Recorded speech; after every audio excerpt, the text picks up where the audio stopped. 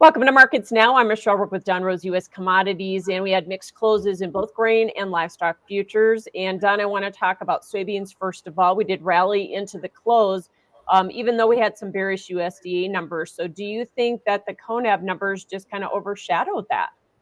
Yeah, I think it was maybe a double-double. We had the Conab numbers were positive, really, for the most part. A big disconnect between the USDA and what Conab is saying. We saw that. But then I think the great equalizer was the bean oil. A lot of technical buying coming in. We hit that big double bottom from clear back to May 31st on bean oil. And a lot of chatter going forward with the biodiesel demand really going to pick up and bean oil domestic use pick up. So I think that was part of it. Maybe enough is enough to the downside, but definitely supported the soybeans today, and technicals look a lot better with a hook reversal to the upside again today on beans. Right. We should mention that in terms of the soybeans, we did kind of bounce off some pretty good long-term support, didn't we?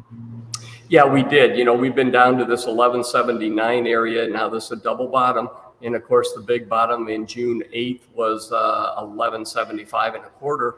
And the end of May, it was more in that 1145 area. But anyway, I think when you look at the government's number, Michelle, they're saying 1265 for soybeans. They took it down, on this report. But the national average on soybeans is really at 1135. So when you look at the government saying more negative numbers, but the price projections are really not negative. In fact, we're well under it on the cash index right now. So do you think that we're trying to confirm a bottom in this soybean market or not? Well, I think you don't have a lot of risk premium in the market. I think so. We need some proof that I've always said, Michelle, when ending stocks in the U.S. are getting bigger, not smaller, you're swimming upstream. So you need some help. So we need to reach a point where these ending stocks start to go back down. But I think what we were saying is we're big numbers, big negativeness, and you always look at a market that starts to react positive to negative news. South America's weather, most definitely, Brazil, Argentina, kind of moving out of the threatening weather periods that we've had. So, that maybe is behind us and we're starting to react a little bit positive. So that's a good sign. Of course, there's a lot of producers selling, ahead of us on soybeans and corn in the U.S., and so we'll have to gauge that closely. Corn also had kind of a push-pull with the WASDE versus the Conab numbers as well. What do you think the corn market latched on to, and why did we close a little lower?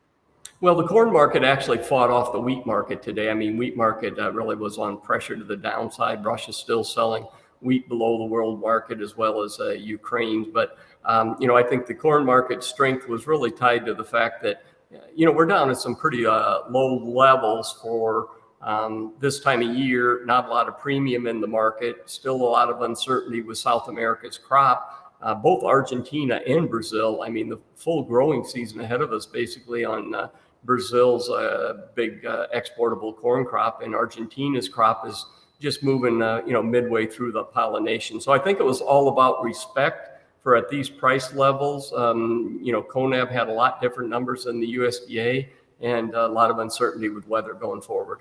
Yeah. You and I have talked about how the wheat market's got to quit going down for corn to quit going down. But what else do you think is going to get the turnaround here in the corn market off these contract lows and get maybe some of these funds to cover shorts? Well, I think a couple things. I think number one, when you go forward, we're going to have to get to an area where we've got the acre battle coming up, here at the end of March. And then we've got our growing season fully ahead of us. So, what's going to take us off of the mat is some of these countries around the world cutting acres back. The EU looks like maybe they're going to cut acres back. So I think it's that. And then obviously the big one, always the great equalizer like we had in cattle, is going to be the weather going forward. So I think I'd pin my hopes on, maybe we don't have that big growing season like we had last year, but hopefully someplace else around the world. All right, let's hope we can find some support here pretty soon. Wheat market, we mentioned, did have a down day. Was that technical selling, or is this continued story you and I have talked about with, our poor demand and not being competitive? Well, the wheat market really, Michelle, hasn't gone any place for a long time. It's just been chopping in a range along that line. I mean, the oats market, a lot of people aren't following that, but the oats market since the 1st of November hasn't gone any place. It has big rallies, big breaks. Now where we're moving forward is the wheat market starting to do the same thing. And I think what we're saying is we're at fair market value on the wheat. You can't really go down big, can't really go up big. And maybe the corn market as we move forward is starting to do the same thing, and then see if we can hit some kind of a catalyst that gives us a push to the upside. So we talk about how short the funds are really in all of the grains here when you combine grains and oil seeds. Historically, we are very short. And so at some point, do the funds just say, hey, we've made enough money on this side of the market, so we're going to start getting out? Or do they need that bullish catalyst? No, I mean, most definitely, Michelle. At some point in time, like you alluded to, the funds on our records have only been this short on all the grains combined 5-6 times in history. So that puts in perspective where we're really sitting. But at some point in time, and that's what it is going to be, if we get a bullish catalyst, there'll be a race to the door going out, much like we saw in soybeans. Remember in June 8th, we rallied for just weather concerns, almost $2 in 2 weeks. So, you don't want to talk prematurely positive, but I think you have to be on guard if anything can change as we go forward. And certainly it feels like we're starting to run out of gas. And remember, on the corn market in the olden days, once we were under $4 and we rallied over $4, we always ran into a lot of selling at $4.20 to $4.40 on corn. And maybe we're back to that where $4.20 to $4.40 is the big support rather than the big resistance. The cattle market, more new highs for the move in both live and feeder cattle futures today. Has that been a fund-driven rally, or right now is it weather, lower weights, tight supplies? Well, I tell you, the cattle market is just the opposite of the grain market. The grain market fundamentals are negative, and we just can't catch a bid. The cattle market is just the other way. The fundamentals are positive, and led by the feeder cattle. A 2-month uptrend on our stuff. And the funds want to sell the grains, want to buy the cattle, and I think that's really what's going on. The great equalizer is the weather. First, we got into, we were dead in the water going down. We got into the big snowstorm, the cold. Now we're in the mud. So the efficiencies are down. And I think the bottom line is, Michelle, the bull story was out a few months. And with all of the setbacks in the cattle, as far as the rate of gains and such, that we've kind of pulled that bull story quite a bit further ahead. And that's what you see, the packer chasing the bids right now, even at losses. So that's a good sign. Numbers just aren't out there in the future and took a lot of weight off these cattle. And hogs have been down the last several days, Don. How much of that is just this cutout values, which have continued to slide?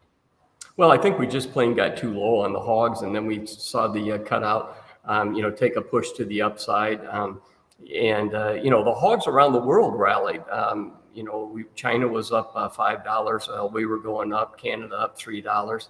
The EU is still just way over everybody else, $11 higher than we are in the U.S. But regardless, I think where we're at is we pushed up. We still have too big of numbers on the hogs. Probably still need some liquidation going forward. And I think we're respecting that after we've had this rally. Couldn't really got it close in the summer months. We start to get, as we get close to $100, the air gets a little thin out in the summer months. And I think that's what happened with the cutout stalling out.